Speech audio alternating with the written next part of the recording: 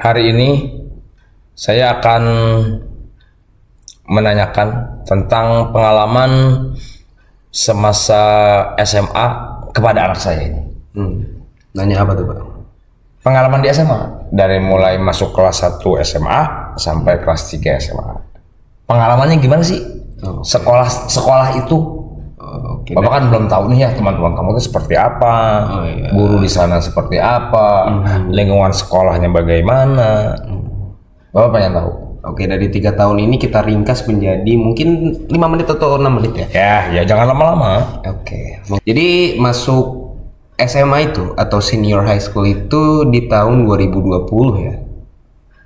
2020. Iya. Nah, di tahun 2020 itu kebetulan di masa Covid, dan di masa Covid itu saya itu kurang disiplin, gendut, Bapak tahu kan, gendut, berkacamata, jelek, tidak punya ambisi, dan gak ngapa-ngapain juga di rumah. Itu di akhir tahun 2020. Iya. Nah, pas masuk kelas 1 tentu nggak punya teman, Pak. Iya. Karena ya kayak gitu. Nah, terus waktu itu pernah kelas 1 kayaknya aku pernah dikasihanin ya sama teman perempuan aku ya, Pak ya. Karena gendutnya. Enggak, karena aku agak menyendiri di sana pas kelas 1. Oh, Nah. ya karena nggak pede itu ya. Iya, karena nggak pede, iya. Karena gendut. Betul. Kayak dikasihanin gitu sama teman perempuan aku. Nah, waktu itu tuh kelas 1 tuh nggak pede banget lah, kayak nggak ada kehidupan. Teman cuma kayak 3, 4. Gitu ya. Nah, pada saat naik kelas 2 itu ternyata saya menemukan arti jati diri. Waduh. Menjadi sebuah pria. Menjadi sebuah pria itu seperti apa, dan itu memutuskan aku tuh harus berubah. Pria tuh bukan seperti ini. Ya. Pria itu harus punya ambisi, harus punya impian, harus punya banyak cewek, harus banyak, Pak. Iya. Nah, dengan apa cara berubahnya? Dengan aku ke gym. Nah, ternyata nge-gym itu membawa perubahan yang signifikan ternyata, Pak. Signifikannya itu terhadap apa? Signifikannya itu terhadap kepercayaan diri pas masuk ke sekolah. Kamu punya ide, oh aku harus nge-gym. Itu lihat siapa? Atau dari mana infonya? Oh, enggak, itu karena emang sadar diri aja. Oh, karena Dan juga dari mau merubah ini tubuh ya? Ya, dan juga dari omongan-omongan orang, Pak ya. Oh iya. Dari SMP kok dikatain, "Maha, kok kamu gendut banget sih?" Ya kayak gitu. Dan memutuskan untuk berubah gitu. Iya. Dan ternyata pas dilihat dari sekarang badannya lebih kecil dari aku gitu. Pas di compare, Si orang yang menyarankan itu. si orang yang ngejekin. Oh ya, orang ngejek itu. Kalau ketemu nanti Lebih kerempeng gitu. kalau ketemu bukan gini, Pak. Gini. Oke. Terus waktu itu karena memutuskan untuk berubah kan. Iya. Nah, aku jadi lebih percaya diri, jadi lebih punya banyak teman waktu di situ, Pak. Oh, jadi semenjak kelas 2 SMA dan sudah gym, tubuhnya, badannya mulai terbentuk, baru kamu pede dan baru banyak temannya. Iya, dan itu membawa banyak teman. Iya. Nah, itu pembicaraan sama teman-teman itu jadi relate lah ya kita.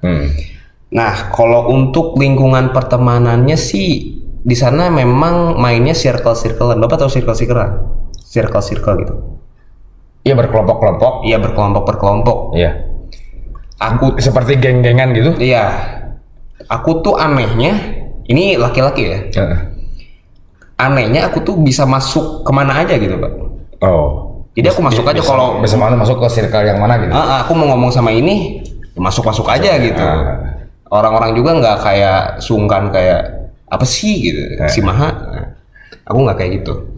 Kenapa aku nggak masuk circle perempuan? Karena tidak ada namanya laki-laki dan perempuan berteman, Pak. Oh gitu ya. Iya, karena tidak ada gunanya. Misalnya kalian, Oh, menurut kamu gitu ya? iya. Misalnya kalian gitu ngedeketin cewek, terus cuma dianggap teman sama 5 tahun, selama 5 tahun kalian cuma ngedengerin 3 tahun. misalnya Oh, misalnya. 5 tahun ngedengerin curhatan tentang dia, tentang zodiak tuh kayak gimana, ternyata cuma dianggap teman. Itu bodoh ya, Pak. Ketika kalian udah ditolak, ya udah pergi, nggak ada. Tidak ada gunanya laki-laki dan perempuan itu berteman. Seperti itu Pak. Tadi sampai mana Pak? Sirka. Oke, karena circle itu aku masuk kemana aja. Jadi nggak ada orang-orang kayak sungkan untuk apa sih mah kayak gitu. Tapi ada juga circle yang buat ini Bapak mungkin belum tahu. Kayak apa ya? Anak-anak nakal nih Pak. Geng. Geng motor. Iya. Nah, waktu itu kebetulan aku duduknya paling belakang dan anak-anak yang paling belakang tuh kebanyakan yang nakal-nakal. Iya. Nah, waktu itu ngobrol-ngobrol ngajak main lah Pak ya. Aku belum tahu tuh sisi gelapnya mereka tuh seperti apa, belum tahu. Ya diajak main ke rumahnya apa. Ternyata mereka itu cukup ini ya, menarik. Tapi di kelasnya itu otaknya pinter tapi nggak digunain secara maksimal ya. Dia tuh ternyata adalah orang yang terkait dengan geng-geng motor, terkait dengan semua itu, alkohol masuk semuanya. Nah, tentu gimana caranya aku menjauhi orang seperti itu? Iya. Itu dengan kesadaran diri aja sih. Kalau aku ngedekatin sama yang kayak gini, endingnya bakal seperti apa gitu. Itu kelas 2 SMA. Nah, ternyata kelas 2 SMA semester 2 mengetahui bahwa laki-laki itu juga harus punya pemasukan, Pak. Bukan hanya dari duit orang tua aja. Nah, waktu itu nyobain semua side hustle, semua dikerjain dan Dibaca mungkin ya, bukan dikerjain. Atau dikerjain, dibaca. Dibaca gimana? Ya bukan dikerjain, emang udah ngerjain bisnis. Iya udah. Oh udah. Dan tidak ada yang berhasil. Nggak ada yang berhasil. Ya, itu makanya nggak pernah cerita tidak ada yang berhasil. makanya diem aja aku. Gitu. Dan ternyata ya kelas 3 semester 1 waktu itu ngerjain sekolah. Bapak tahu juga aku sering bergadang mungkin ya.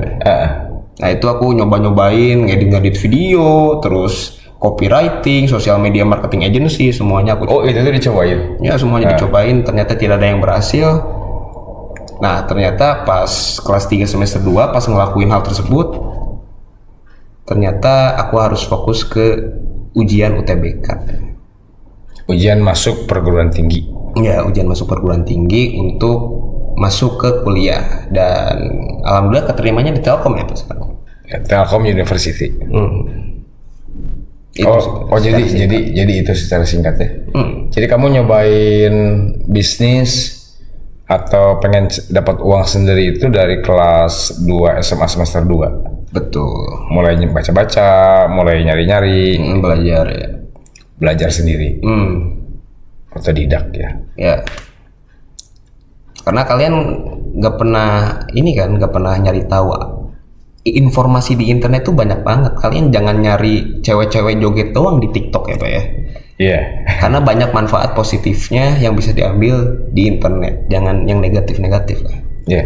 Ya itu juga semua tergantung situasi rumah, tergantung orang tuanya. Kalau orang tuanya tidak sering mengingatkan pergaulan anaknya, itu anaknya bisa, kalau bahasa Sundanya, ke bawah sakaba-kaba. Jadi ke bawah pergaulan yang nggak bener, terjerumus. Iya, makanya Bapak selalu wanti-wanti sama kamu kan, tidak boleh mabuk atau minum narkoba dan hal-hal yang bisa merugikan orang lain. Makanya Bapak selalu wanti-wanti kan sama kamu itu. Aku tahu loh Pak tempatnya. Ya masalah tahu ya mungkin itu pengalaman kamu ya. Tapi mudah-mudahan pengalaman itu menjadikan kamu lebih dewasa, menjadikan kamu lebih berpengalaman, menjadikan kamu lebih berwawasan dengan baik. Jadi segala sesuatu itu dinilai dengan berpositif thinking. Kalau kata orang Islam itu husnuzon, berbaik sangka, tidak pernah berburuk sangka.